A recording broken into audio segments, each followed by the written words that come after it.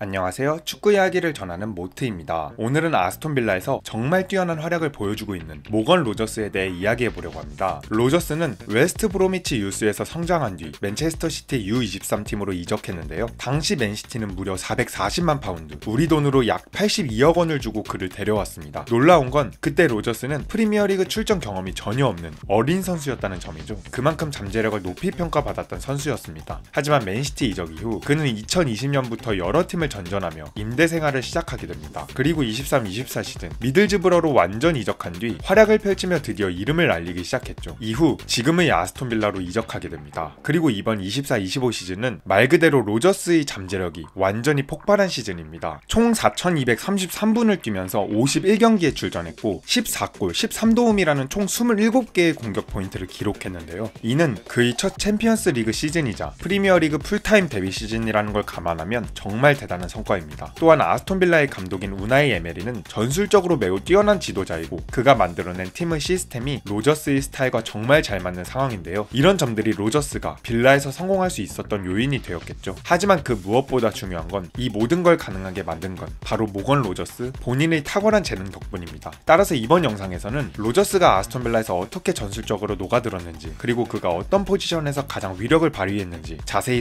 살펴보겠습니다. 모건 로저스의 최적 포지션은 어디인가? 모건 로저스를 두고 항상 나오는 질문이 하나 있습니다. 로저스는 도대체 포지션이 어디야? 윙어일까요? 공격형 미드필더? 그러니까 10번 역할일까요? 아니면 세컨드 스트라이커? 혹은 그냥 스트라이커? 이렇게 다양한 의견들이 존재합니다. 그만큼 다양한 포지션에서 뛸 수 있는 선수인데 실제로 로저스는 지금까지 윙어로 가장 많이 출전했죠. 그런데 이번 시즌 아스톤빌라 경기를 보면 그는 단순한 전형적인 윙어는 아니었습니다. 측면에서 출발하긴 했지만 경기 내내 안쪽으로 파고드는 움직임이 정말 많았고요. 그래서 이런 의문이 생깁니다. 어디에 두면 이 선수가 제일 잘 뛸 수 있을까? 사실 로저스는 다양한 역할을 수행해봤습니다. 하지만 그에게 가장 잘 맞는 포지션을 찾기 위해서는 그의 플레이 스타일과 강점, 약점을 먼저 살펴봐야 하죠. 이 그래프는 24-25 시즌 아스톤빌라에서 공격형 미드필더로 뛴 로저스의 주요 스탯을 보여줍니다. 여기서 주목할 만한 수치를 보면 로저스는 경기당 공중경합 성공률 67.4%, 경기당 드리블 횟수 67.8%할, 상대 박스 내 터치수 67.4%할, 경기당 위험 패스 69.53%할. 이 수치들을 보면 로저스는 공격형 미드필더로서의 강점이 뚜렷하지만 무엇보다도 눈에 띄는 건 골 결정력까지 뛰어나다는 점입니다. 그래서 단순히 10번보다는 폴스9 역할이 이 선수에게 더 잘 맞는다고 볼 수 있죠. 다만 완전한 원톱으로 쓰기엔 확실히 부족합니다. 모건 로저스의 공격 포인트 분석. 앞서 말했듯 로저스는 단순히 기술만 좋은 게 아니라 실제로 득점을 하는 능력, 즉 결정력이 매우 뛰어난 선수입니다. 이 그래프는 이번 시즌 로저스가 프리미어리그, FA컵, 챔피언스리그, 그리고 U21 대표팀에서 어디서 얼마나 슛을 했는지를 보여주고 있습니다. 총 슈팅수 88회에서 기대 득점 13.28을 기록했으며 실제 득점은 14골입니다. 기대치보다 더 많은 골을 넣었죠. 결정력이 아주 뛰어나다는 확실한 증거입니다. 그런데 여기서 끝이 아닙니다. 어시스트도 무려 13개나 기록했어요. 맵을 보면 다양한 위치에서 어시스트를 해냈다는 걸 알 수 있는데요. 따라서 아스톤빌라에서는 윙어와 10번 사이를 오가며 기용됩니다. 로저스는 주변 선수들과의 연계가 뛰어나고 어시스트 창출 능력이 뛰어나기 때문이죠. 결론적으로 로저스는 양쪽 윙어에게 찔러주는 패스를 만들 수 있고 직접 득점도 노릴 수 있으며 공간을 열어주는 움직임까지 갖춘 완성형 공격 자원입니다. 지금처럼 전형적인 윙어도 10번도 아닌 다양한 역할을 수행할 수 있는 위치에서 뛰는 게 그의 잠재력을 가장 잘 이끌어낼 수 있는 방식이라고 생각합니다. 모건 로저스의 10번 역할. 사실 로저스는 지금까지 폴스9보다는 10번, 즉 공격형 미드필더로 더 자주 기용되어 왔습니다. 두 포지션은 얼핏 비슷해 보이지만 맞는 역할과 책임은 꽤나 다른데요. 하지만 흥미로운 점은 그가 10번으로 뛰면서 보여준 몇몇 장면들은 폴스9으로도 충분히 연결될 수 있는 요소들이라는 점입니다. 이 장면에서 로저스는 공을 잡고 측면으로 벌려주기보단 과감하게 수비 사이로 침투하면서 9번 존까지 도달합니다. 그리고 박스 안에서는 짧고 빠른 드리블로 수비수를 흔들고 슈팅까지 시도하죠. 비록 이 장면에서는 골을 넣지 못했지만 바로 공을 다시 뺏어낸 뒤 어시스트를 기록합니다. 여기서 가장 중요한 건 공격적인 마인드예요. 앞에 공간이 보이면 주저하지 않고 파고들 수 있는 그 직진 본능과 순간 판단력, 이게 로저스를 특별하게 만듭니다. 다음 장면에서는 로저스가 폴스9 역할로 나섰을 때 어떤 플레이가 나올지를 잘 보여줍니다. 중앙에서 공을 잡은 그는 비어있는 공간을 인식하고 바로 전진 드리블을 시도합니다. 그리고 앞에 있던 팀 동료가 측면으로 빠지며 공간을 만들어주자 정확한 타이밍에 절묘한 패스를 내주죠. 이 장면에서 가장 눈에 띄는 건 로저스가 라파우사를 정말 잘 이해하고 활용했다는 점입니다. 로저스는 패스를 미루는 그 반박자의 여유, 절묘한 시야, 적당한 강도로 넣는 감각적인 패스까지 모두 완벽하게 보여줍니다. 마지막 장면은 파리 생제르맹 진행 전에서의 움직임인데요. 동료가 공을 몰고 중앙으로 파고들자 로저스는 직선으로 움직이기보단 우측 측면으로 빠져나가며 수비 뒷공간을 노립니다. 그리고 그 뒷공간을 제대로 활용해 결국 득점까지 연결되는 플레이를 만들어내죠. 이런 움직임은 마치 바르셀로나 시절의 루이스 수아레즈를 떠올리게 합니다. 정면에서만 기다리지 않고 상대 수비가 등지지 못하는 곳으로 빠르게 숨어 들어가는 영리한 움직임, 그게 바로 로저스의 진가라고 생각합니다. 이번엔 로저스의 히트맵을 한번 볼까요? 로저스는 9번 존, 즉 스트라이커 자리 근처와 측면을 자주 활용하는 걸 확인할 수 있습니다. 흥미로운 건 수비 진영까지 꽤 깊게 내려오는 장면도 많다는 점이에요. 저는 처음에 로저스의 엄청난 활동량을 보고 로저스 박투박 미드필더도 가능하겠는데? 라는 생각을 했습니다. 하지만 최전방에서 보여주는 공격 퍼포먼스를 보면 그렇게 쓰기에는 너무 아까운 자원이죠. 물론 필요하다면 중원에서 뛰는 것도 가능할 정도의 피지컬과 근성은 갖추고 있습니다. 그 이유는 이 경기 장면을 보면 알 수 있는데요. 로저스는 누누 멘데스와 공중 경합에서 이긴 뒤 피지컬로 상대를 밀어내며 볼 주도권을 따냅니다. 이런 장면을 보면 빌드업 과정에서 공을 지켜내고 전방으로 이어주는 힘있는 플레이가 가능하다는 걸 알 수 있죠. 이런 스타일은 과거 레알 마드리드의 벤제마가 폴스9으로 활약할 때와도 비슷합니다. 이제 로저스가 왜 폴스9에 적합한 선수인지 더 잘 이해되실 거예요. 이번 시즌 로저스는 미드필더로서 무려 156회의 돌파를 기록했습니다. 하지만 만약 그를 더 전진된 위치, 예를 들어 박스 근처에 배치한다면 박스 진입 빈도는 지금보다 훨씬 더 높아질 수밖에 없습니다. 특히 눈에 띄는 건 정면 돌파 능력인데요. 보통 이런 맵을 보면 대부분 측면에서 사선으로 들어가는 화살표가 많은데 로저스는 중앙에서 직선으로 박스를 향하는 돌파가 매우 많습니다. 이런 성향은 트랜지션 상황에서 공격을 주도할 수 있는 강점이 되죠. 모건 로저스, 잉글랜드 대표팀에서의 가능성. 잉글랜드 대표팀에는 이 위치에 이미 쟁쟁한 자원들이 많습니다. 벨링엄, 포든, 콜파머 다 이름값 있는 선수들이죠. 그런데 최근 A매치들을 보면 로저스의 출전 기회가 점점 늘어나고 있다는 걸 알 수 있는데요. 이건 투엘 감독이 그를 높게 평가하고 있다는 방증이기도 하겠죠. 특히 로저스는 사카 같은 윙어들과의 연계도 좋습니다. 그래서 전술적으로도 벨링엄과 라이스를 투볼란치로 두고 그 앞에 로저스를 세컨드 스트라이커로, 그리고 그 앞에 케인을 놓는 조합이 가능해집니다. 실제로 최근 라트비아전에서 로저스는 이 포지션에 출전해 케인과 연계 플레이를 통해 본인의 다재다능함을 제대로 보여줬죠. 결론적으로 모건 로저스는 잉글랜드가 가진 가장 흥미로운 자원 중 한 명입니다. 그를 보유한 것만으로도 대표팀 입장에선 큰 행운이죠. 클럽에서도 마찬가지입니다. 에메리 감독 아래에서 훌륭히 성장 중이지만 2024년 11월에 재계약을 맺었기 때문에 당장은 팀을 떠날 가능성은 낮아 보입니다. 하지만 아직 22살인 만큼 이대로만 성장한다면 앞으로 더 큰 무대, 더 큰 클럽에서 활약하게 될 가능성이 높겠죠. 앞으로 2년에서 3년 정도는 아스톤빌라에서 더 성장한 뒤 새로운 도전을 하게 될 것 같습니다. 오늘의 영상은 여기까지입니다. 지금까지 모트볼이었습니다.